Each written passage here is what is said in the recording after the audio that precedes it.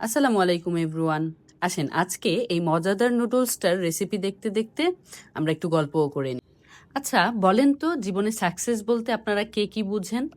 আমাদের সমাজ ব্যবস্থায় এখন সাকসেস বলতে ম্যাক্সিমাম মানুষরাই মনে করে সাকসেস হচ্ছে ব্যাংক ব্যালেন্স, ব্যাংক ভর্তি টাকা থাকবে, এটাই হচ্ছে সাকসেস, অথবা বাড়ি গাড়ি, দামি পোশাক, দামি মোবাইল। কিন্তু একবার ভেবে দেখেন তো, সত্যিই কি তাই?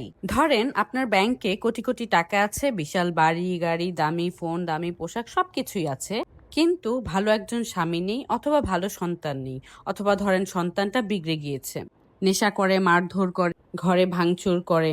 ব্যাংক ব্যালেন্স আছে ঠিকই, কিন্তু শান্তি নেই, শান্তির একটা ঘুম নেই, শান্তিতে খাওয়া নেই।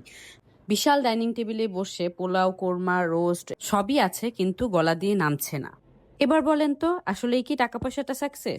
আমরা আসলে মরীচিকার পেছনে ছুটছি, যেখানে টাকা পয়সা আমাদের লাইফের একটা পার্ট মাত্র, কিন্তু আমরা টাকা পয়সাকেই সবকিছু বানিয়ে রেখেছি। আমার কাছে সাফল্য মানে সুন্দর গোছানো একটি পরিবার, হাসি ঠাট্টা ভালোবাসায় ভরপুর একটি পরিবার, স্বামী সন্তান নিয়ে হাসি খুশি ভাবে পান্তা ভাত খেলেও আমার কাছে মনে হয় সেটা রাজকীয় খাবার। বুক ভরা চাপা কষ্ট নিয়ে পোলাও মাংস খাওয়ার চাইতে পান্তা ভাতটাই আমার কাছে বেহেশতের খাবার। স্বামী সন্তান হেদায়েতের পথে আছে, হালাল রুজি করছে, হারাম হালাল বেছে চলছে, অসহায় মানুষদের পাশে দাঁড়াচ্ছে, দিন শেষে আল্লাহকে খুশি করার চেষ্টা করছে, এটাই আমার কাছে সাফল্য। তো আসুন আমরা সবাই টাকা পয়সা নামক মরীচিকার পেছনে না ছুটে আসল সাফল্যর পেছনে ছুটি এবং জীবনটাকে সুন্দর ও স্বচ্ছ করে তুলি।